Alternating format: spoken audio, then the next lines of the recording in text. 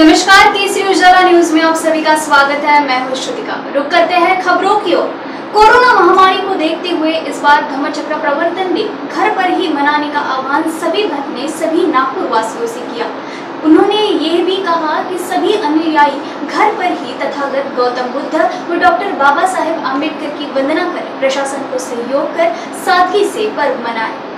मंगल सोहळा दिन सोन्याचा प्रकाशित हा झाला, लाखो जनांचा दलित मेळा बुद्धा चरणी नेला।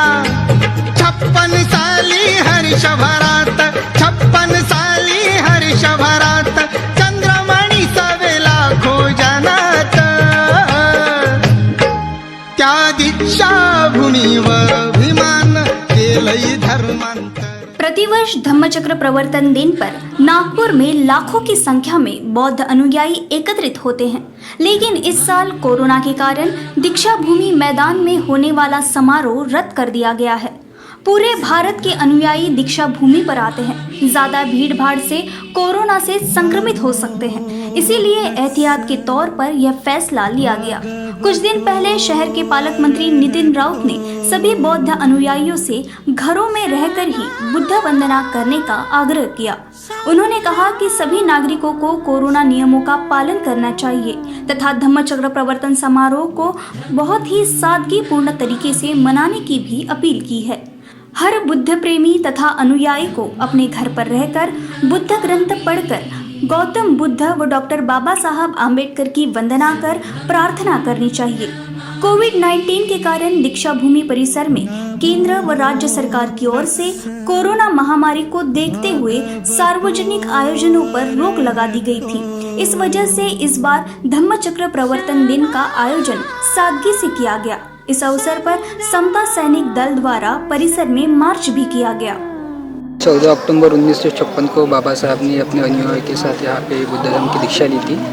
हर साल हम बड़े उत्साह से दीक्षा भूमि आते हैं और ये उत्साह दिल से मनाते हैं, लेकिन इस साल कोरोना महामारी के वजह से हमें खेद व्यक्त हो रहा है कि हम यहाँ पर अंदर जाके बाबा साहब को अभिवादन नहीं कर सके, लेकिन हम इस बार घर पे रह के ही बाबा साहब को मान वंदना दे रहे हैं। ये उत्साह अपने घर पे ही अच्छे से मना रहे हैं। अच्छा तो नहीं लग रहा है, बट क्या करते अभी कंडीशन बड़ी ख़राब है, उस वजह से अब हम अपने घर पे ही सब करेंगे।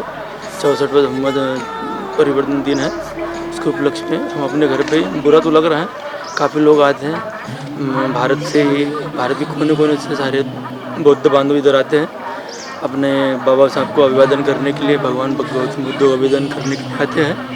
बट अभी ऐसा खाली खाली लग रहा है, अच्छा नहीं लग रहा है, बट अभी कंडीशन ही ऐसी है तो उसके लिए कुछ नहीं। अभी अगले साल करेंगे अपन अच्छे से, कोई बात नहीं। ये साल गया तो के इस कोरोना की महामारी की वजह से जिस तरह से सरकार ने हर जगह पे धार्मिक स्थल पे बंदी लाई है, तो ये सरकार ने उन्हीं अनुयायी के लिए ही काम कर रहे हैं।